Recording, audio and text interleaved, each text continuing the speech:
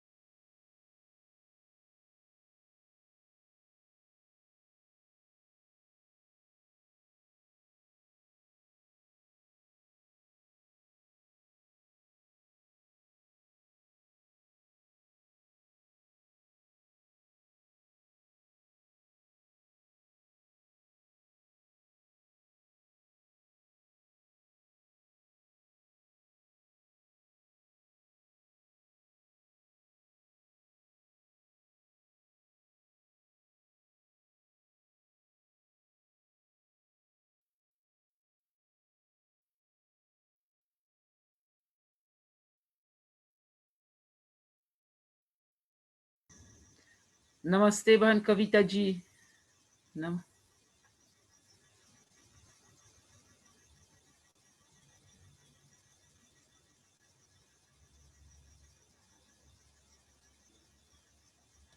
Namaste, namaste. Namaste.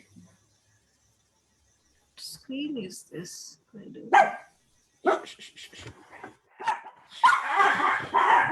Help you. Oh, it's your screen, blue screen.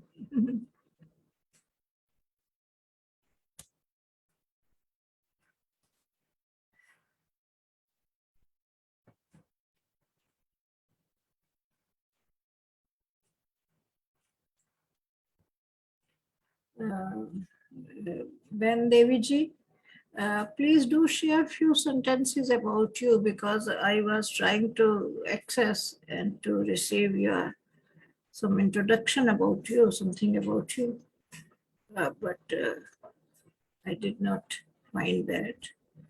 So it will be nice if you please talk about you in few sentences, just as your introduction.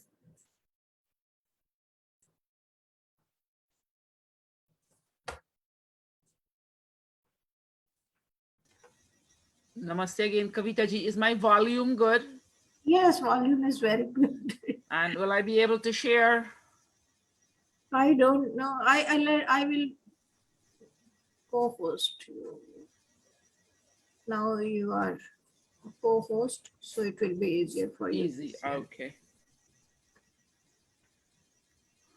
How? The busyness of myself this time, I could not join you in any previous sessions. You can go through our recordings. I sure will. I sure will. You wish.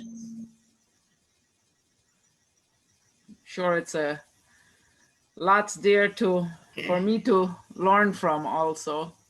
So let us start Okay. formally. Namaste. Namaste, everyone. Namaste. Deviji, your video is not visible. There is no video from.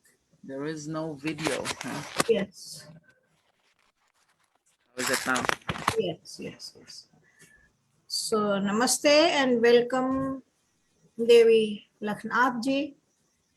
She is a very old friend of us and a very dedicated, active, and a very loving nature person. And I always, when now we are in the same city, fortunately. So. But I'm lucky. I always had a different kind of feeling about her. So she was always close to my heart. I don't know why, though we met very few times. Once in Delhi, once in Atlanta, once at Long Island function. So that's all. So originally Deviji is from Caribbean land, if I am right, isn't Yes, it? Guyana. Guyana. She is from Guyana, but raised and brought up in the USA. And she has a vast experience of both the societies. And she will be sharing about those experiences, what it is like being a Hindu, an Arya Samaji, or an Arya in this Western world. The topic for her to speak about today is understanding my Arya Samaj Hindu identity growing up in the Western world. So here she is. We all welcome her, and we will be very happy, very glad to listen to her. Welcome, Deviji, please. What's happening here? Okay, namaste, all you devoted young souls and old souls. It is indeed my greatest pleasure to be here to share with you this on my learning journey of myself and my heritage. I bring to you this perspective from my life and my experience with all my community in the Hindu diaspora. First, let me bring up this share screen.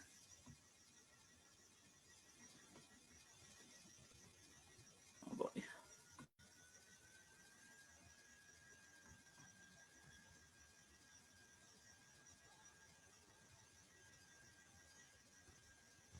Can everyone see my screen?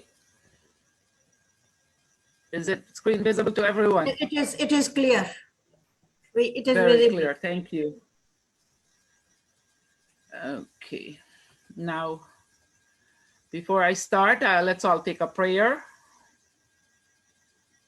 I call it our school assembly prayer. Om Sahana Bhavatu. Om Sahana Bhavatu. Sahanau Bhunaktu. Sahaviryam Karavavahai. Tejasvinavaditamastu. Ma Vidvishavahai. Om Shanti Shanti Shanti. Namaste again, and it is indeed a great pleasure for me to be with you here again to share my life little givings and learnings. Slideshow.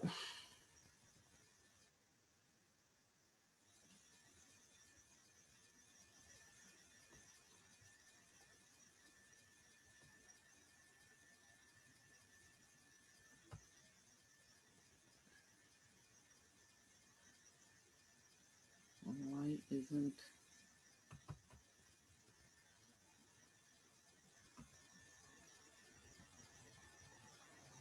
Thank you for your patience. And how many people do I have with me, Kavita ji? 13. Okay. So here I am. Some of you know me. Anyone here know me? Have ever seen me before? Yes. You can raise your hand in your chat.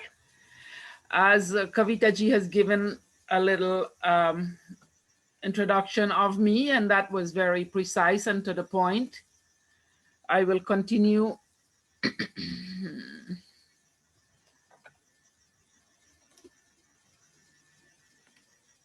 No, I'm not finding my, okay.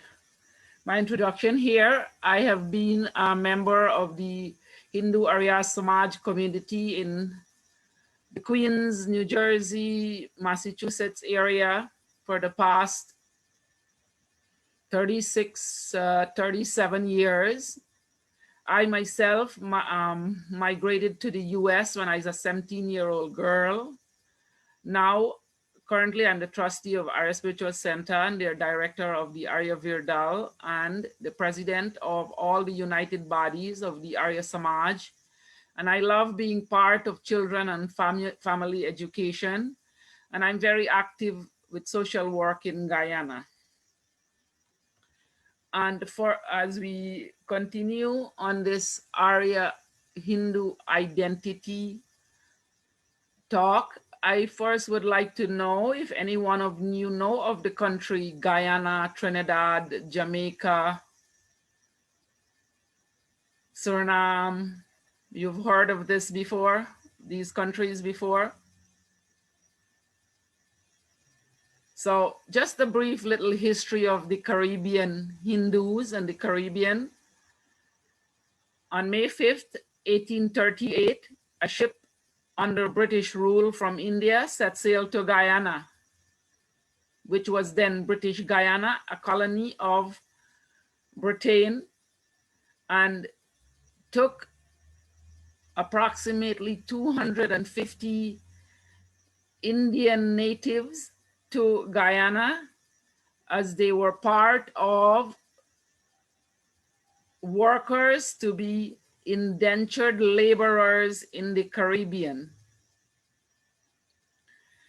And with them, with this migration of Indians from India, they became part of the Caribbean diaspora, which includes Guyana, Trinidad, and which takes me to the next slide. And this, as we see, is the Caribbean. In this Caribbean area, you will find a certain percentage of Hindu in all these countries you see here. The biggest population of Hindus being Guyana, Trinidad, Jamaica, now some is in Peru, Haiti, Cuba. But again, like I said, the biggest population of Hindus are in Trinidad and Guyana. With the advent of living here under indentured laborship, our forefathers, our ancestors who came from India came mostly from Bihar, UP, and they migrated under the British rule to Guyana. Here, they had to settle in a whole new culture that was then English. The English ruled. So they had to adjust themselves and preserve themselves in many ways more than I would ever understand.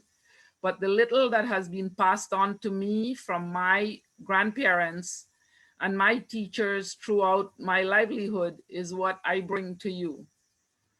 That has also helped us to shape ourselves as Hindus, as believers of Vedic Satya Sanatan Dharma. The Hindus of the Caribbean, Guyanese, Trinidadians, Jamaicans, etc., I would say are a little stuck back in time in terms of practices. As you see on the screen here, I'm displaying a picture of flags. They're Jandi flags. This is a ceremony that is done with the Sanatani brothers and sisters, Hindus who believe in the Purans.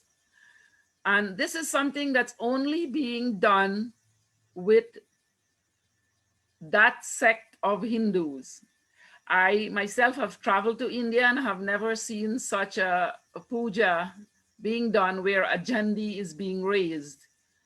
So take note, this is one of the things that they preserved in the community that they added in terms of keeping their identity as Hindus.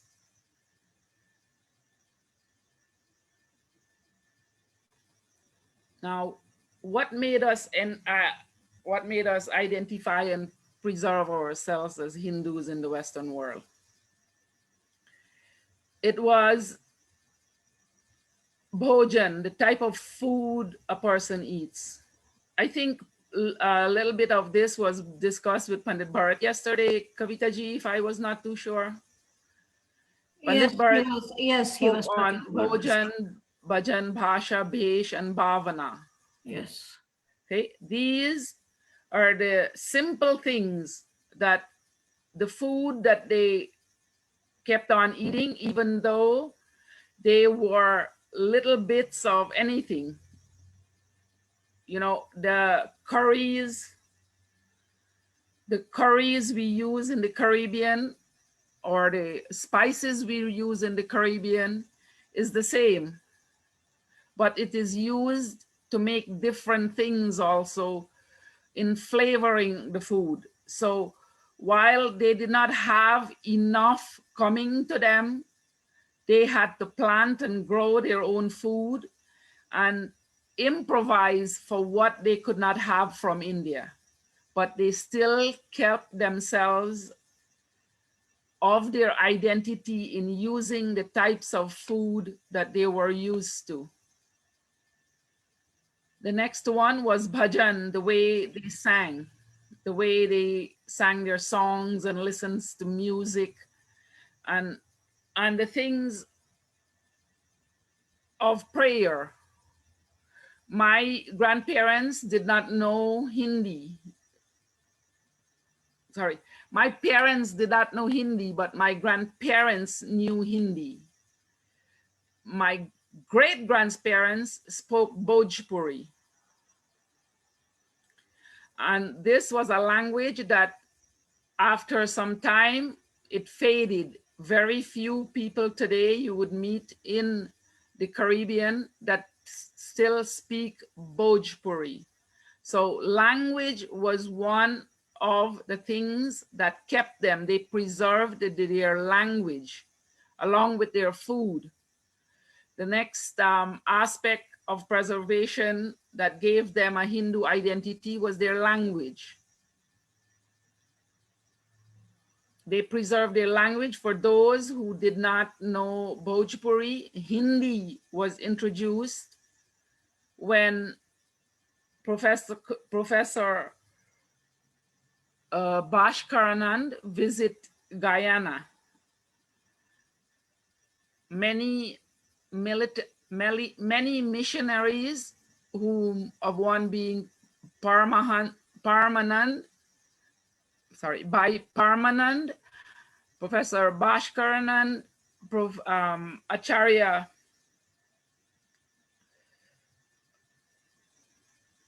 Ved Bharti. These were three prominent people who visited Guyana and helped in the preservation of our language. During the time of Professor Usherbodh Arya, who was later named Professor Ved Bharti,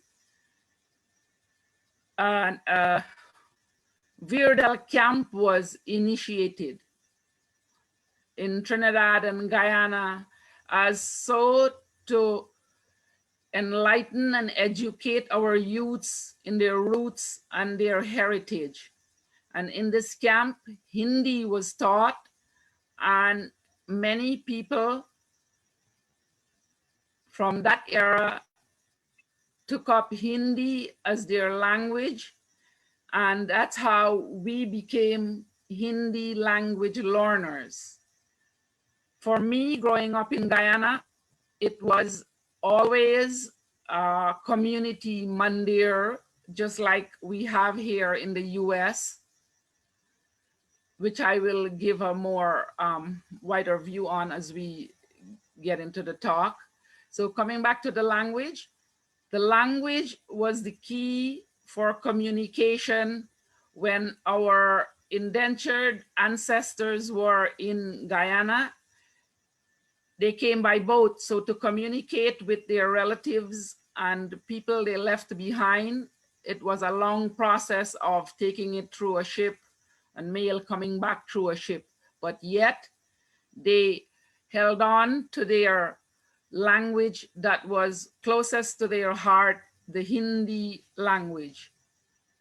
One other aspect of preservation for us, for our culture in Guyana, was the clothes we chose to wear. While we were under all the islands, some was under British rule, some was under French rule, some was under Dutch rule, as Suriname still is.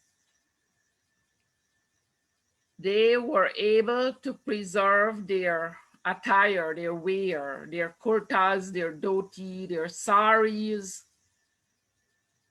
was preserved through being collectively in a community formed through the Arya Samaj movement or the other Hindu movements present at that time in Guyana. Bhavana, the feeling and the spirit and the attitude of a person,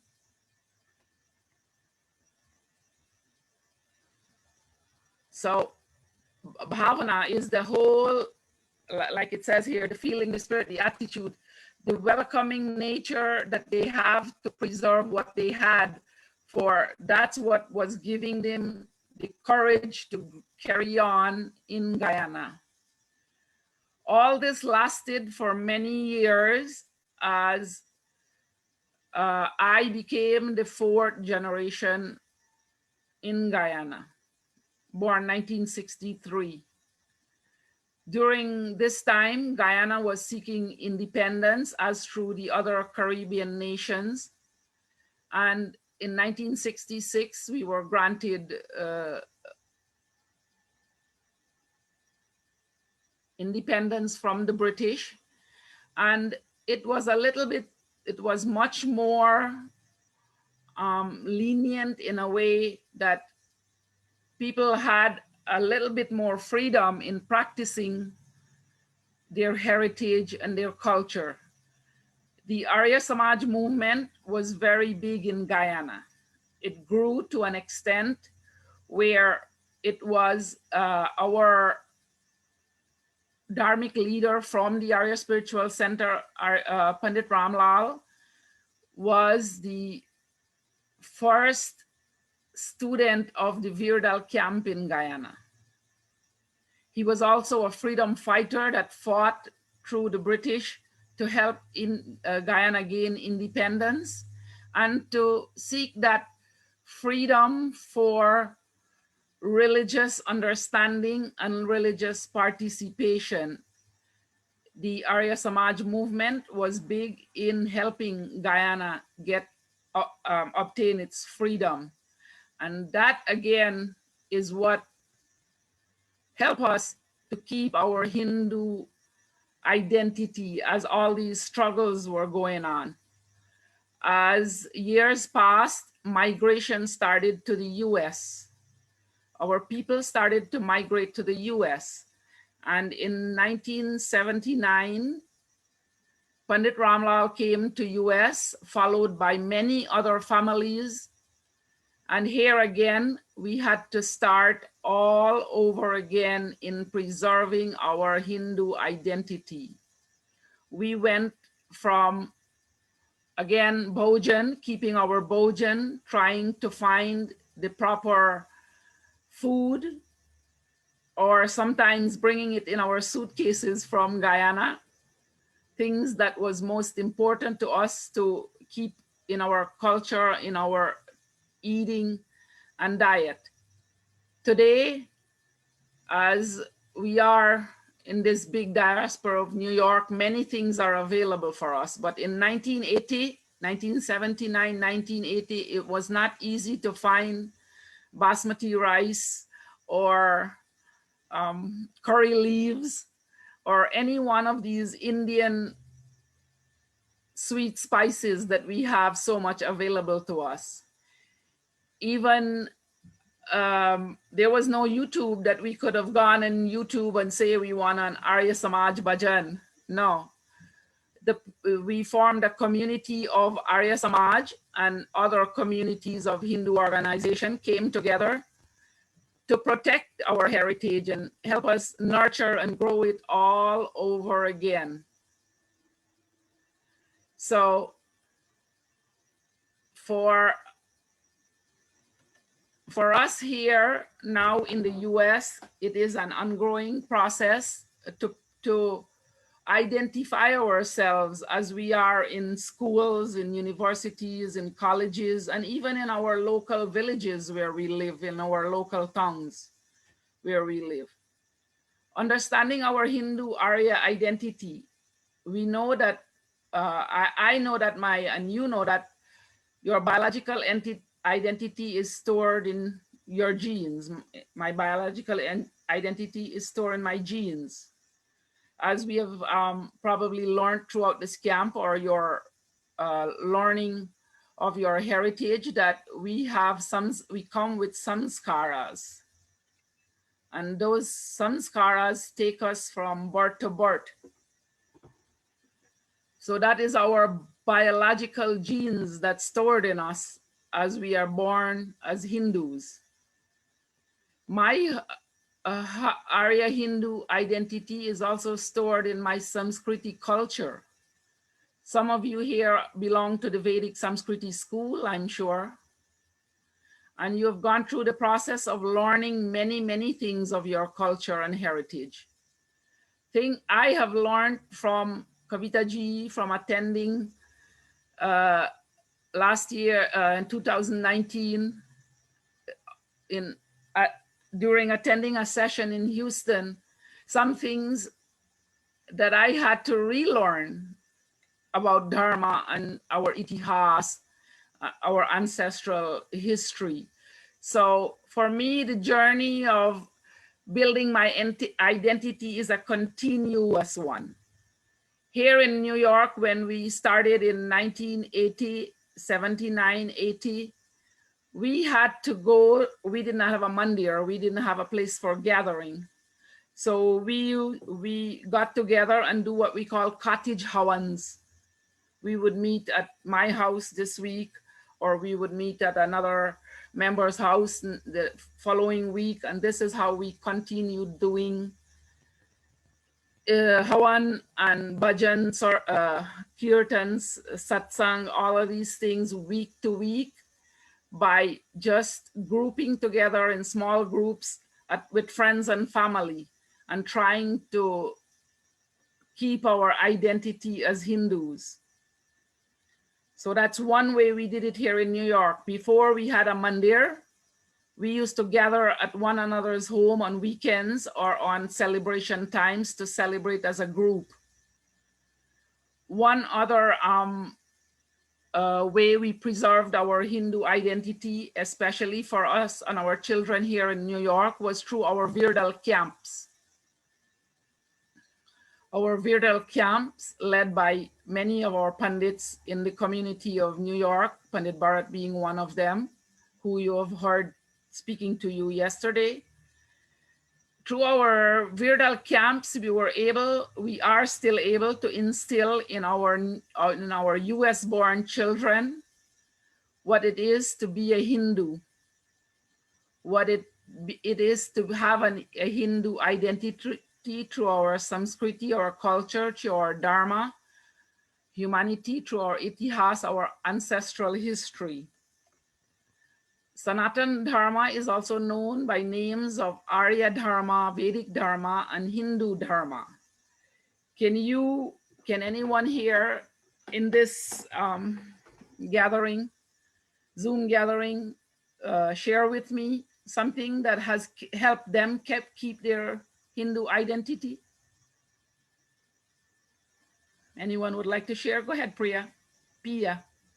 I think one thing that kept me going was like learning new mantras, shrutis, prayers, and my dad's friend, they actually got me the English version of the Bhagavad Gita, so I'm yet to read that.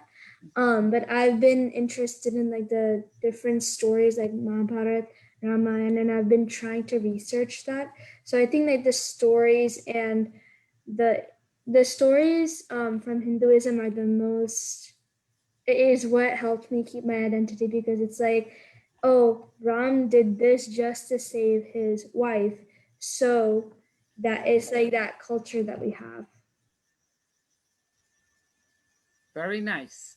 See, there are so many resources today, and you are truly blessed to have Dr. Kavita ji and Dr. Harish ji to give you a premium amount of resources that you can grow yourself into that true Hindu Arya and build that identity. So Very, very well, Pia. Thank you very much. Anyone else would want to share how they have come about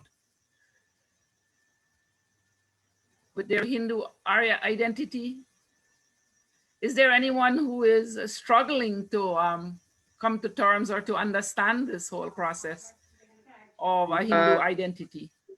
I wanted to say that like the stories and the shlokas are helping me to distinguish what to follow Sanatana Dharma. And I also go to the Hindu Swayamsevak Sangh, and there we learn more about the Hindu culture, and we play games with everyone, we communicate, and it teaches me a lot about Hindus. Very well. Anyone else?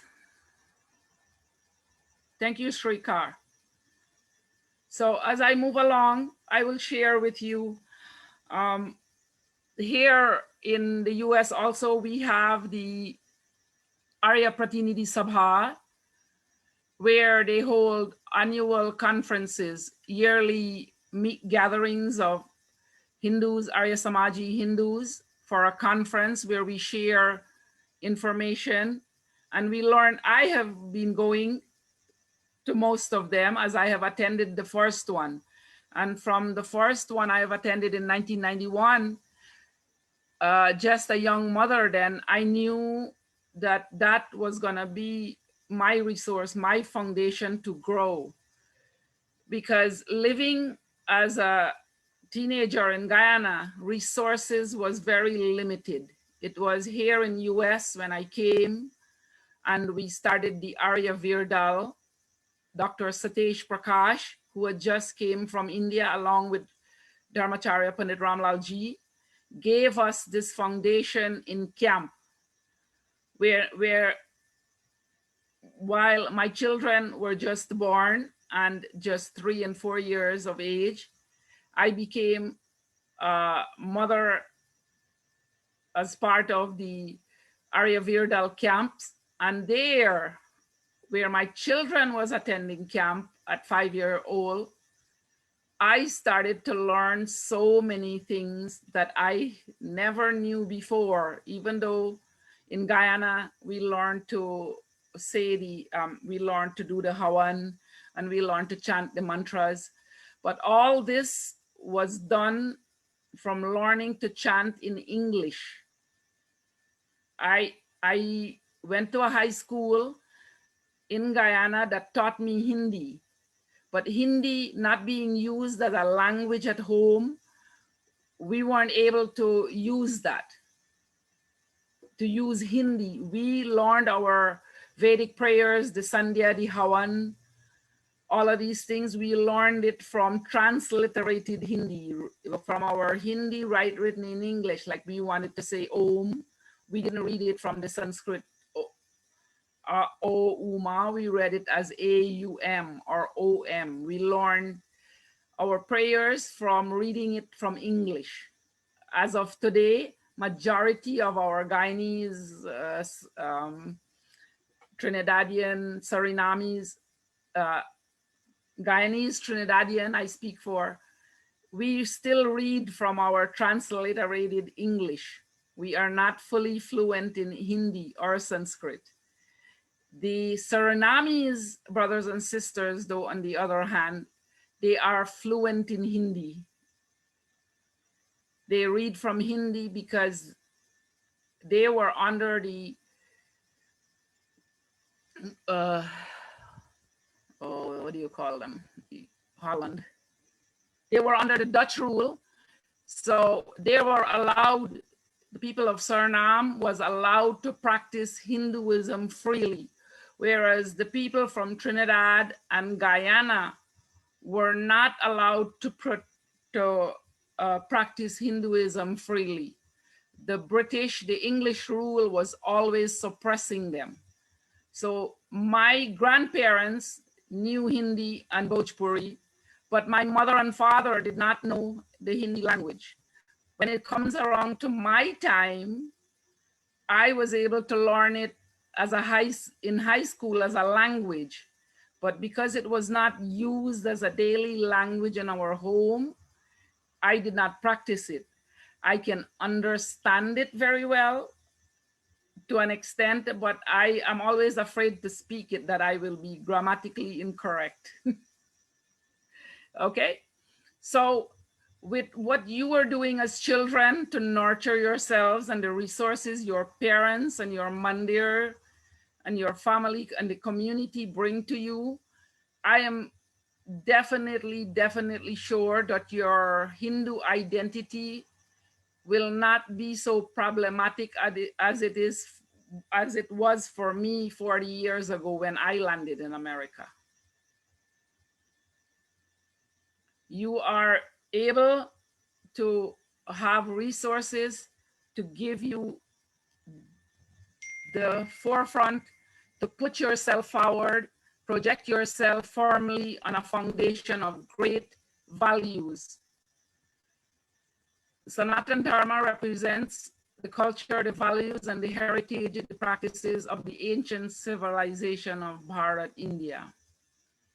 For example, in our Guyanese Hindu wedding, the Sanatani brothers and sisters, that's the people who have practices of the Puranas, will do a totally different ceremony from we as Arya Samaji Hindus do. And not only that part is different, it will also be that as a Guyanese person gets married fully in an Indian attire, you would sometimes see that they would also change into a wedding dress. So they have borrowed and tried to find a middle ground to where they are identifying themselves as Hindus, but they're also trying to find a balance in the culture that they live in. So for us Guyanese Trinidadians, you will see that a lot also being carried out. Just to note that point.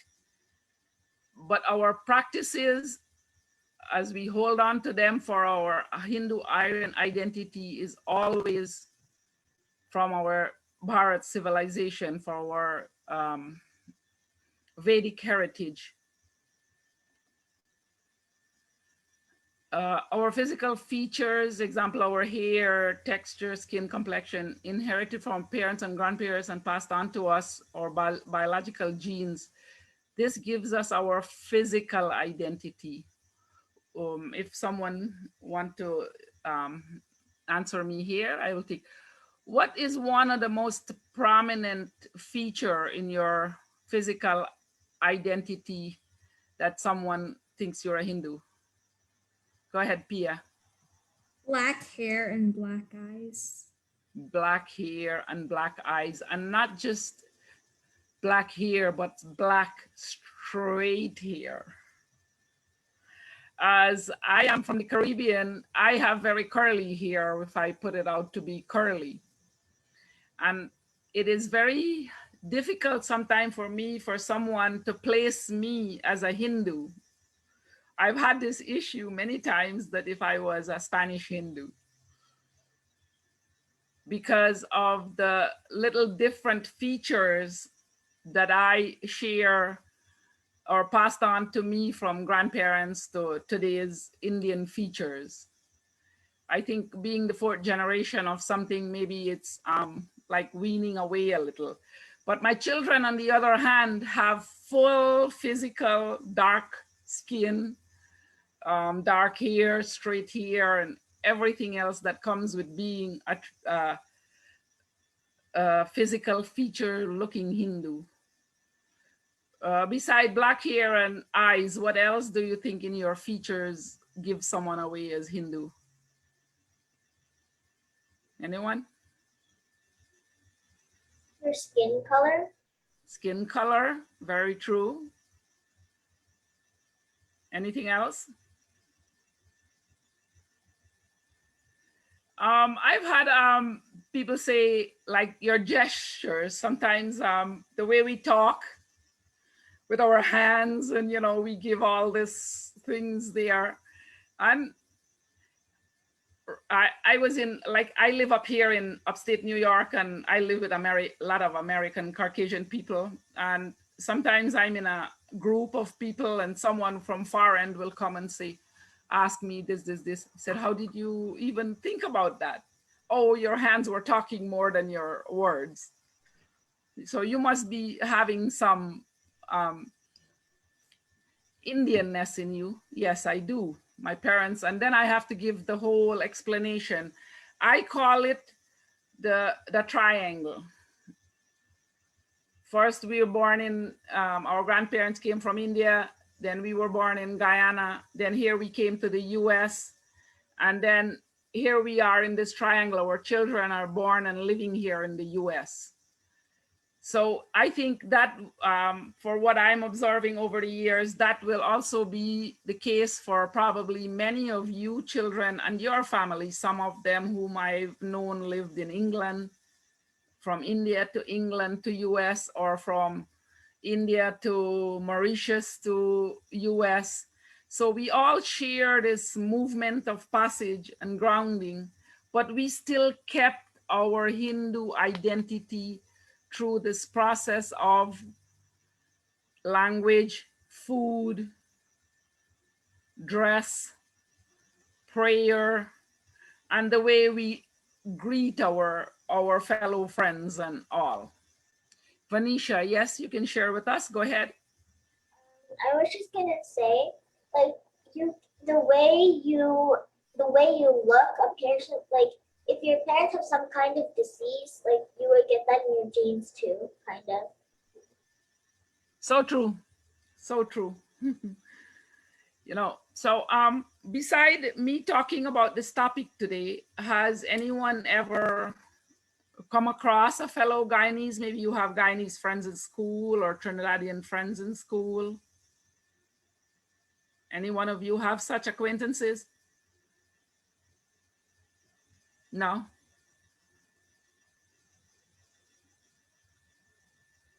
So look out for it as you grow and you get in your journey of education from high school to university. Somewhere along the line, you will someday come across a Caribbean diaspora Hindu, I say, a Hindu from the Caribbean growing here in the US. Our understanding, our Hindu identity comes from our Sanskrit culture, practices, our religious beliefs, our values, our understanding, and love. History, historical personalities, and the heritage that they have left us. What makes us stand out as Caribbean Hindus? Or as Hindus, Indian Hindus, Caribbean Hindus, American Hindus? We Hindus in the Caribbean do not have a caste system. Deviji, there is one more thing I would like to add to it. I don't know if it is relevant or not, but it is the way we maintain relationships inside the families. That is very true. Unique. True. The family unit is a big component of how we keep our identity. Yes, very true. From my grandmother to my mother to me here in the US. Yes, Kavita ji, how could I have missed that? Thank you. Our family unit is the basis of how our identity will develop. They're the grounding force in nurturing what we want to be, in helping us what we want to be as we grow up. So is our teachers from our mandirs or teachers in our community. Here where my children went to school, it was an all-white school, but the community always gave me an opportunity to celebrate in the classroom or as a whole school event, some festival in the community. And this I'm talking, my children have left school already 22 years ago. So the community has always been, along with the family, a growing unit to support this identity also. That is very important. Family and community is the grounding force, the foundation of what we want to help us in our identification as Hindus also. So we Hindus in the Caribbean, this is one thing that's a little bit different also, that we weren't, while the Brahmins and all of this exist in the Puranic beliefs, in Guyana, there is still some who says, oh, we are Brahmins and all of this.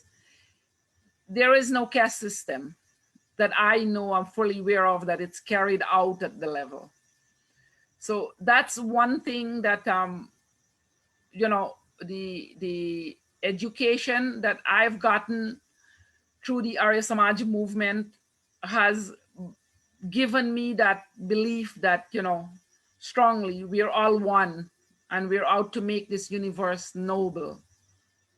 So this universe is one, and that we're all one, that we don't need to say that we have Brahmins, Kshatriya and Vaishnava and all these other divisions that we have. We have rich and poor and more poor and poorest and all these things, but it was never put in this and you know, block system that that I could say we have a caste system. And because we had to grow with many different people, like Guyana, for instance, it had 6 races of people. 6 races, meaning the Portuguese, the Africans, the Chinese, the Japanese, the Indians, and the Africans. It was more of a tolerable, I shouldn't say even, it was more of a society that with the teachings we got from Arya Samaj, we were able to not develop this sense of hate or become too involved in, you know, you're black and I'm white. Today though, and this is because of politics. And during the time of political elections, you would see a surge of like, okay, I'm black and you're white and you don't belong here.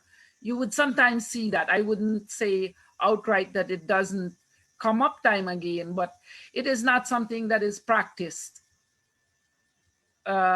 Overall, I would say the Caribbean people and the mixed nationalities that are there, they live very harmoniously. As I made my visits to India, I was very happy to see that how some parts that I've gone to, especially the state of Haryana and Rajasthan and all these places, how when they would see me in the Gurukuls or they would meet with, it was like a sight that where like, how do you know to read the mantras? You've never lived in India, you've never been born in India. How do I carry out all this work and not knowing Hindi?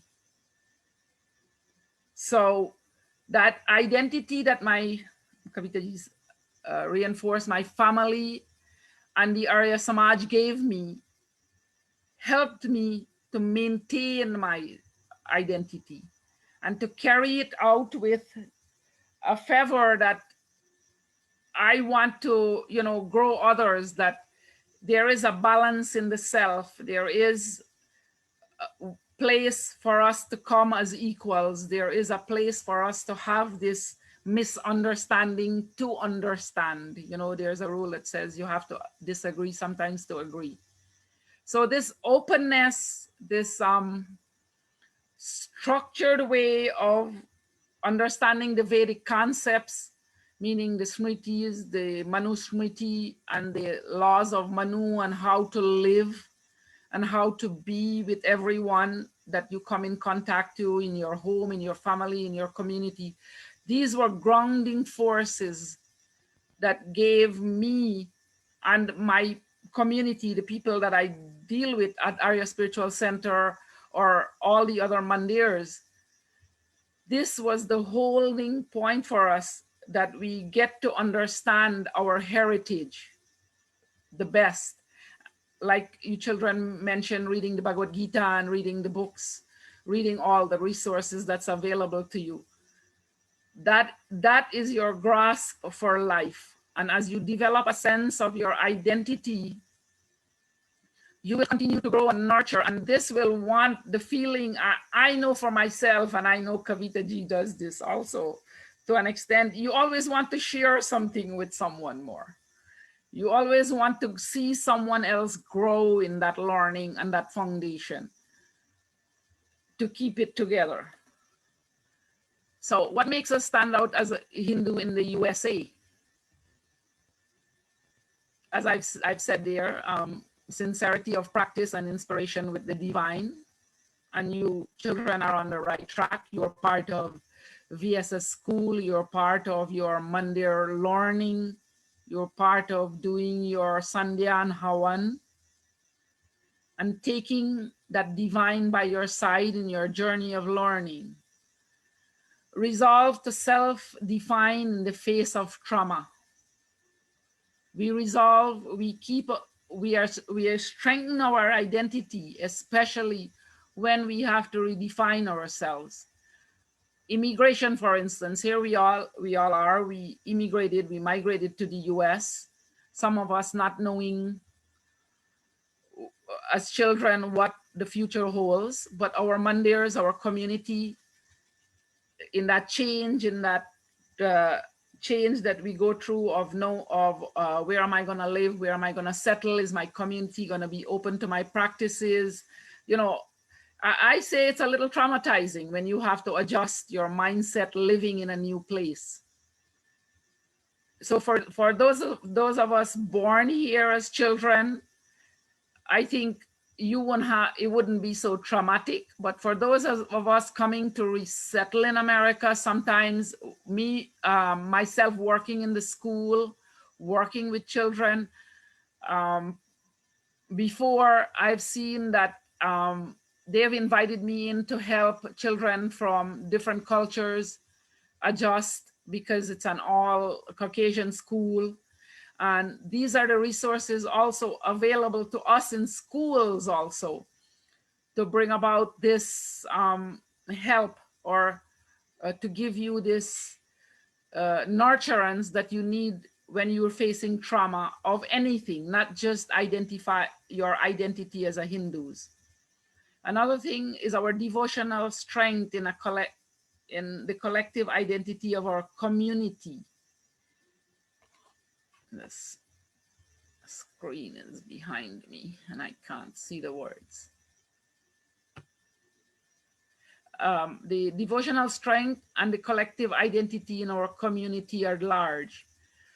Our Dr. Kavita ji, Dr. Harish ji, and many more of Arya Samaj leaders, parents, they all come collectively to give you this nurturance, to give you this opportunity to experience one another, even though one of us might be from, say, Gujarat, one of us might be from Guyana, one of us might be from Nagaland.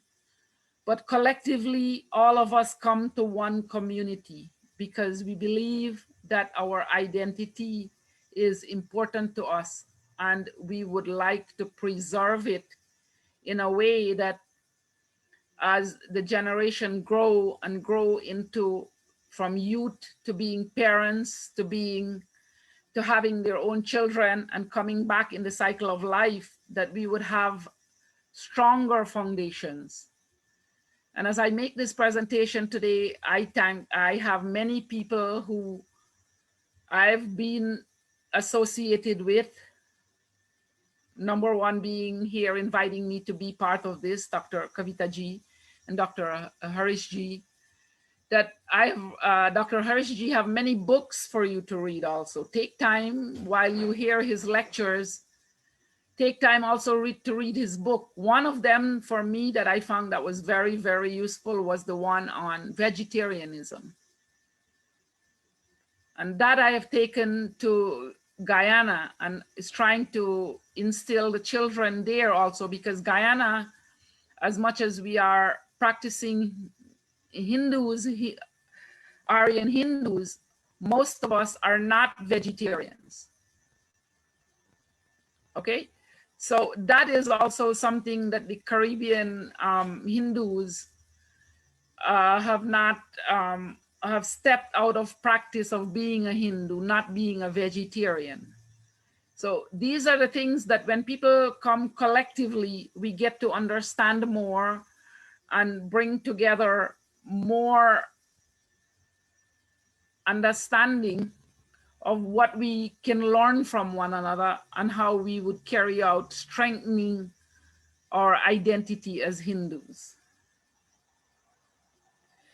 So this is my contribution to you children as you are growing up, understanding yourself in this vast world, this vast universe of change and adaptation and trauma and cheers that you young youths will someday carry on and keep that foundation when we are not around to give the next generations to come the true Hindu identity. And what are they? Who can tell me the 5 of them? Pia? 1 second. I think so. The first one is Bhojan, Bhajan, Pasha, Bhesh, and Bhavana. Very good. And with those intact, Kavita ji, I'm on time, 5:52. Okay, Yes, yes. this is the part where I take a few questions. If anyone have any questions for me. I hope my topic was somewhat relevant in bringing you an understanding of what we are as Hindus in other parts of the world as we ground ourselves in US learning. Any questions? Anything anyone else would like to know? If you have any questions about anything I've spoken about, you know, Google is our always there to teach us more, or YouTube. But if anything is needed to be confirmed, I have lots of books on the Caribbean, history of the Caribbean and Hindu. And here is a book that was written by my, I'd say, 3rd cousin, who she lives here in New Jersey, and it's called The Coolie Woman. And it gives a very detailed explanation of migration and how people were assessed as indentured laborers and put on the ship, and all the things from trauma to happiness. And it has some really good pictures in it, if I can find it, of what our forefathers and all look like. So it's on the internet, you can go and look at it. It's called The Coolie Woman by Gayatri Bahadur. And there are many other history writers there from the Caribbean of books that I have. If you're interested in any, I'm willing to share any to help you grow and make your Hindu identity the true foundation of yourself. If there is no further questions, no one wants to ask anything? How do you spell Diana? Guyana, Guyana. Where can we find the book? Where can we buy the book? The book is available on Amazon. It's called The Coolie Woman. Okay. And because of the Arya Samaj movement and being involved in the Arya Samaj community, I am able to take this forum and to be a pandita, as to say, in the community. Most of my Guyanese Hindu community, as practicing the Purans, women are not given the freedom as I have been given here, being an Arya Samaj leader.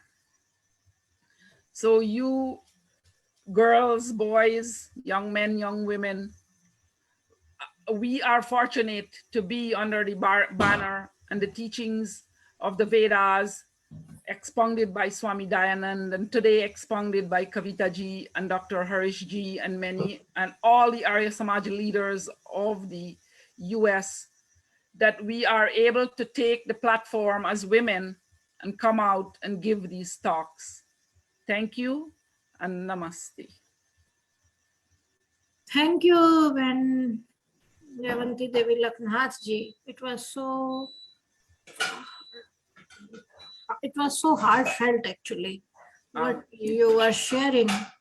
That even I can feel that pain which they have gone through. They were actually our Indian ancestors, and I can say from the previous generations. And you can see, children can see, like you were sharing in 83 or in 80s, there was nothing in America. If you want to buy a basmati rice or even small things. Yes. But see how wonderfully we are spreading our culture, our community, our system, our relations, and everything. Now you can see vegetarianism is spreading like anything. Like anything else. And women education and whatnot. There are so many organization, mainstream organization celebrating Holi and this and that. So our youths and these children, they have a big responsibility to take this culture and heritage forward. Yes. So they must have enjoyed this, and they must have been listening very carefully. Very well. As I can see their faces, like we are. You see these little children; they are taking notes, and yes. And I am very proud of this. I am so proud of them. You know, it is not easy. Even for myself, it is not easy, because from last week, 8 hours, 7 hours, 8 hours a day. This camp is 8 hours a day, and they are listening, paying attention, noting down, and asking questions, and so wonderful. I love you. Bacho, I love you. Thank you so very much. And we will keep in touch. And I want all of you children to give yourselves a big hug. Yeah, and a big round of applause. Big hug. You've done well, and I hope to see more of you as we get to be together. Yes, sure. In the months to come. Yes. Namaste. Namaste, namaste. Thank you all. Thank you. We will see you tomorrow, Central Time, 9 a.m. And there will be another session of wonderful speakers. So see you tomorrow. Thank you. Good evening. Good evening. Namaste. Namaste.